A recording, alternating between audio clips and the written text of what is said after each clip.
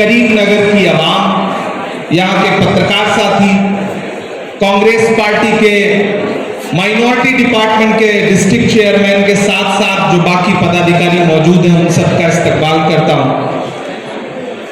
पहली बार आपके दयारे मोहब्बत में हाजिर हुआ हूं और इतना आनंद फानंद में कल रात में 12-1 बजे मुझे बताया गया कि करीमनगर के एक जलसे में आपको शिरकत करनी है।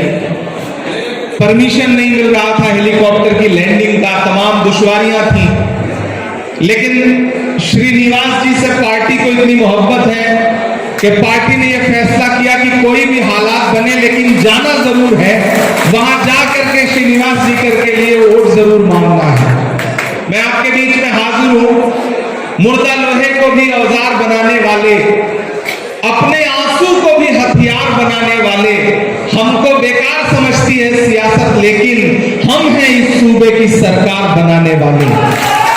इस बार लड़ाई पहले सूबे में सरकार बनाने की, फिर दिल्ली में भी सरकार बनाने की है। तेलंगाना का रोल बहुत बड़ा है।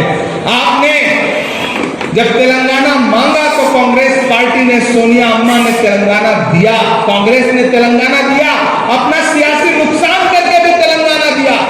मेरे भाई, मैं उसी मोहब्बत की बुनियाद पर आपसे ये कहने आया हूं कि जब पूरे मुल्क में लहू लहू मंजर है, जब किसी सड़क पर कौन सी भीड़ कब किसको लिंच करके मार दे, ऐसे वक्त में कौन खड़ा हुआ?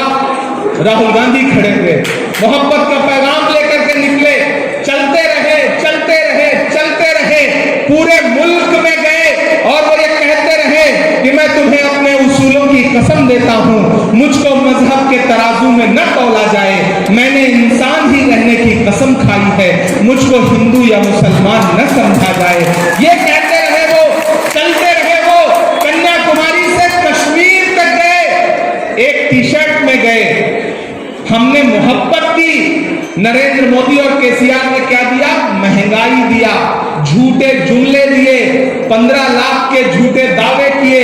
ये वही तेलंगाना है, उधर से नरेंद्र मोदी नारा लगाते हैं, 15 लाख का झूठ आपके सामने परोसते हैं, फिर यहां से 15 मिनट उठता है, 15 करोड़ उठता है, 15 बोतल खून की बात होती है, 15 का बड़ा रिश्ता है इस सूबे से।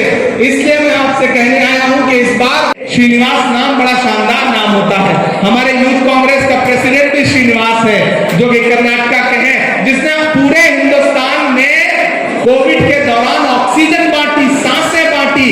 हम यकीन करते हैं कि श्रीनिवास अगर आपके एमएलए बनेंगे तो ये भी आपके लिए वक्त पर खड़े होंगे, अपनी आखिरी सांस तक खड़े रहेंगे। हम इनकी जमानत लेने के लिए यहाँ आए हैं, हम आपसे ये कहने के लिए आए हैं। यहाँ जो स्टेज पे भी साथी बैठे हैं, तमाम ऐसे चेहरे हैं जिनसे पहली मुलाकात हो रही है, आपसे भी पहली मुलाकात हो रही है। आप जानते हैं कि मैं बतौर शायर आपके लिए हर मुद्दे पर लड़ता रहा हूं। मैं खड़ा रहा हूं नजीब की मां के आंसुओं के लिए, मैं खड़ा रहा हूं पहलू खान के लिए, मैं खड़ा रहा हूं फिलिस्तीन के लिए, मैं खड़ा रहा हूं तमाम मुद्दों पर आपके लिए लड़ते हुए। मैंने नज़्में कही, खुदा ने जब मेरे कलम में ताकत दी तो मैंने कलम का इस्तेमाल जुल्फ और आंचल पे नज़्में कहने के लिए नहीं, बल्कि आंसुओं पर नज़्में कहने के लिए उसका इस्तेमाल किया। बहुत सारे लोग आपके बीच में आएंगे जो आपसे ये कहेंगे कि कांग्रेस ने आपके लिए किया क्या है, कांग्रेस पार्टी ने आपके लिए किया क्या है। मैं बताता हूं कि 70 साल में कांग्रेस ने आपके लिए क्या किया है। वो कांग्रेस पार्टी ही है जिसने डॉक्टर जाकिर हुसैन को इस देश का राष्ट्रपति बनाया। वो कांग्रेस पार्टी ही है जिसने फखरुद्दीन अली अहमद साहब को इस देश का राष्ट्रपति बनाया। वो कांग्रेस पार्टी ही है जिसने ज्ञानी जैन सिंह साहब को इस देश का राष्ट्रपति बनाया। वो कांग्रेस पार्टी ही है जिसने मौलाना आजाद साहब को इस देश का पहला एजुकेशन मिनिस्टर बनाया। वो कांग्रेस पार्टी ही है जिसने सैयदा अनवरा तैमूर को असम का मुख्यमंत्री बनाया। वो कांग्रेस पार्टी ही है जिसने जिसने अब्दुल रहमान अब्दुल्ला को महाराष्ट्र का मुख्यमंत्री बनाया, गुलाम नबी आजाद को कश्मीर का मुख्यमंत्री बनाया। वो कांग्रेस पार्टी है जिसने सलमान खुर्शीद को इस देश का विदेश मंत्री बनाया। वो कांग्रेस पार्टी है जिसने AK एंटोनी साहब को इस देश का रक्षा मंत्री बनाया। और आपकी तालियां उठेंगी। वो कांग्रेस पार्टी है जिसने खामोश से रहने वाले सरदार मनमोहन सिंह साहब को इस देश का प्रधानमंत्री बनाया।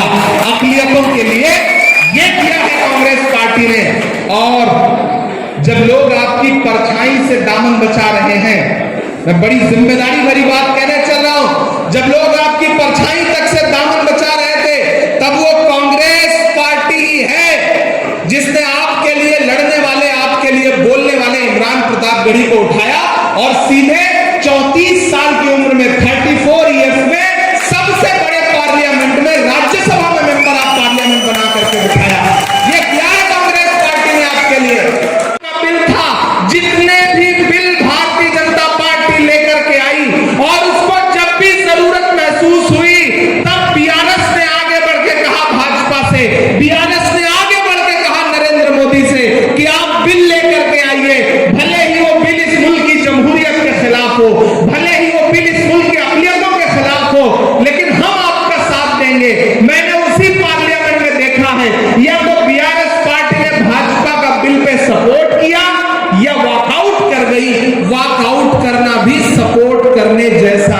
होता है।